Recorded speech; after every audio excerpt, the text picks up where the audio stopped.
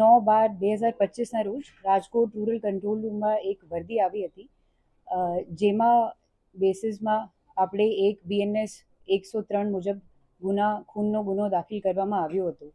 ગુનાની હકીકત એવી રીત છે કે મરણ જનાર કાનાભાઈ મેરુભાઈ જોગ, ઉંમર 50, એનું મૃતદેહ પોલીસને એની જ વાડીમાં મળ્યો હતો.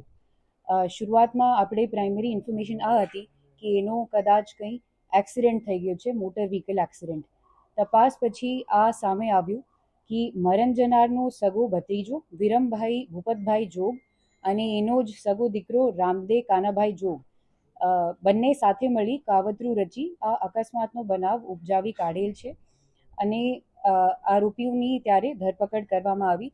ત્યારે સામે આવ્યું કે મરણ જનારના દીકરાને ઇઝરાયલ જવાનું પ્લાન હતું, એને ત્યાં ફોરેનમાં સેટલ હોવાનું હતું. આ લઈને જુદી જુદી જગ્યાઓથી પૈસોનો વ્યવસ્થા કરતું હતું છેલ્લા 1 વર્ષથી.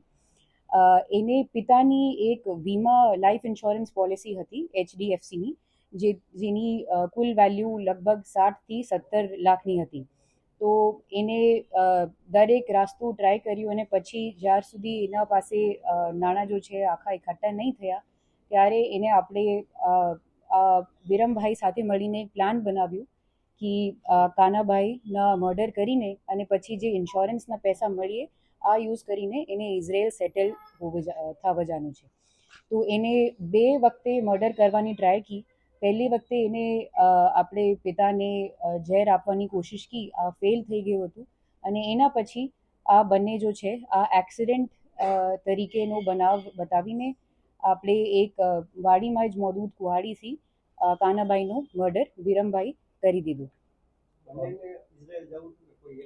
એમાંથી એના જો દીકરો છે રામદે કાનાભાઈ જોગ, એને જ ઇઝરાયલ જઈને સેટલ હોવાનું છે. અને વિરમભાઈને એને આ લાલચ આપ્યું કે હું તમને 1 લાખ રૂપિયા અને તમારી આખી જિંદગી સુધી ભોજન આપું.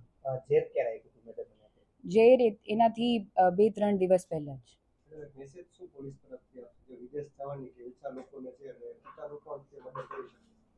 તો એમાં આ જ મેસેજ છે કે સમાજ તરીકે આપણે જે લીગલ તરીકા છે એથી બધું કરવાનું છે.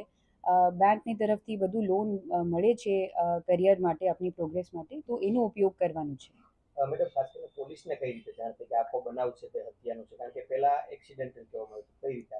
તો એક્સિડન્ટની જ્યારે આપણે ખબર મળી ત્યારે આપણા PI શ્રી ભાયાવદરના VC પરમાર અને PSI રાખોલિયા શ્રી ત્યાં જ તરત જ સ્થળમાં પહોંચ્યા. ત્યારે એને શકમંત લાગ્યું કે એવી ઇન્જરી જો છે જોવામાં નહીં આવી રહી છે. ઇન્જરીની પછી તપાસ કરવાઈ અને ડૉક્ટરશ્રીથી ઓપિનિયનથી આ મળવામાં આવ્યો કે આ ઇન્જરી અકસ્માતમાં ના થાય. ત્યારબાદ તપાસ દરમિયાન, સ્થળ તપાસ દરમિયાન અને આરોપીની પૂછપરછ બાદ આ જાણવામાં આવ્યું કે આ એક કાવતરું હતું.